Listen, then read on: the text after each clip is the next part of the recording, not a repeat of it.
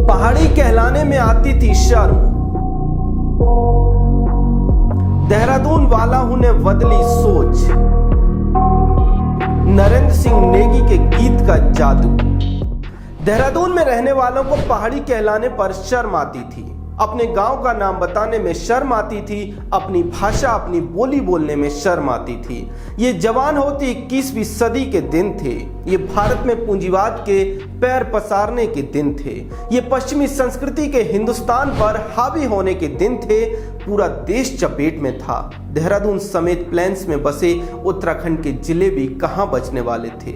उत्तर आधुनिकता की मार इतनी बुरी थी कि देहरादून वाले खुद को पहाड़ी पहचान से दूर कर रहे थे, खुद को अपनी ही जड़ों से काट रहे थे, पहाड़ों से काट रहे थे, खान पान रहन सहन तीज त्योहारों से काट रहे थे। आधुनिकता की चूहा रेस में ऐसे दौड़ रहे थे कि लगता ही नहीं था कि ये पहाड़ी जिला है।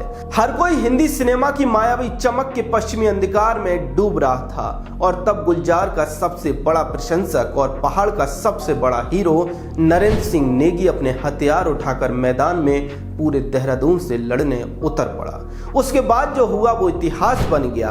ये कहानी है नरेंद्र सिंह नेगी को उस गीत की जिसने पहाड़ी होने की शर्म को पहाड़ी होने के गर्व में बदल दिया। ये कहानी है उस गीत की जिसने लोकप्रियता के सभी रिकॉर्ड तोड़े।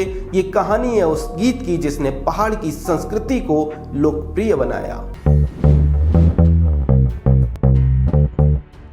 नमस्कार, आप देख रहे हैं वोकल भारत उत्तराखंड और मैं हूं चमन मिश्रा।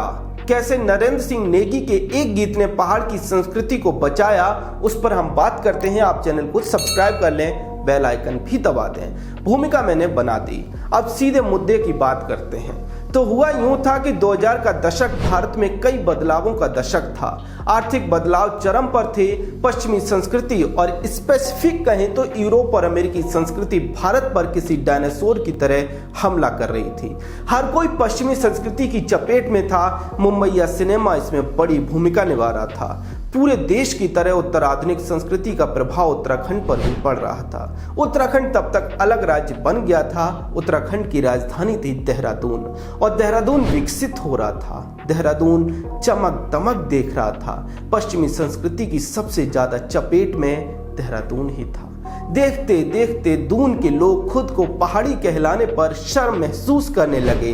देहरादून के लोगों से तब कोई पूछता था कि कहां से हैं आप, तो सामने वाला तपाक से कहता कि मैं देहरादून से हूं। उससे पूछो कि तुम्हारे गांव का नाम क्या है, तो वो कहता कि कुछ नहीं, हमारा घर यहीं है, दादा परदादा के टाइम से हम यहीं रह रहे हैं। उससे फिर पूछो कि कुमाऊनी हो या गढ़वाली, तो वो कहता कि हम तो देहरादून वाले हैं। उससे फिर कहो कि वो तो सही है लेकिन पहाड़ी तो है ही कि नहीं, तो वो कहता क्यों बेइज्जती कर रहे हो आप मेरी, पहाड़ी नहीं हूं मैं, देहरादून वाला हूं।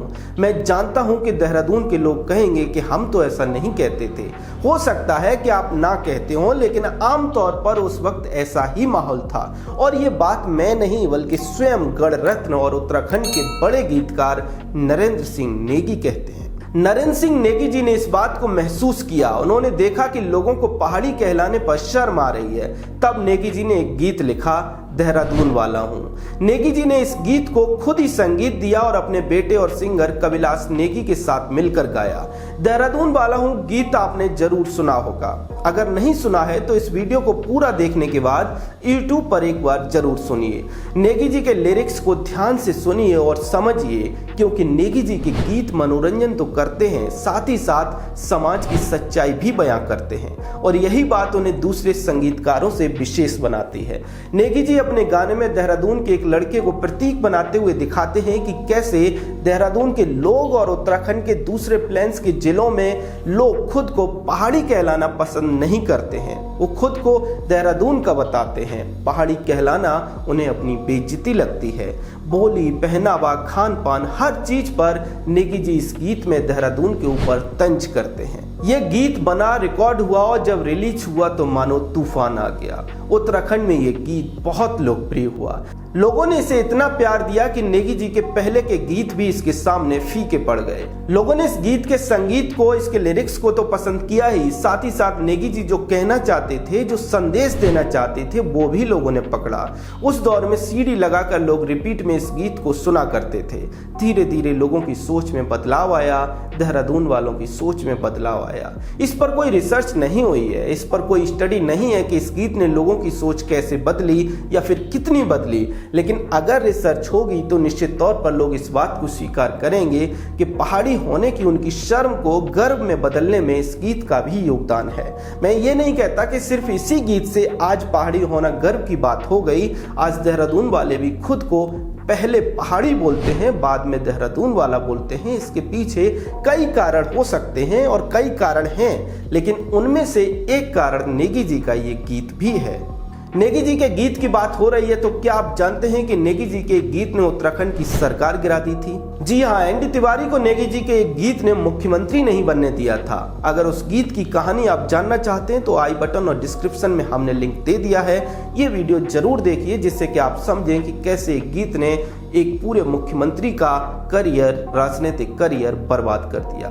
नरेंद्र सिंह नेगी के गीत देहरादून वाला हूं को लेकर आपका क्या सोचना है? इस गीत के साथ आपकी क्या यादें हैं? क्या आपको लगता है कि इस गीत ने देहरादून के ऊपर कोई प्रभाव डाला है? कमेंट बॉक्स में अपनी राय जरूर दें। चैनल को सब्सक्राइब कर लें। जय हिंद।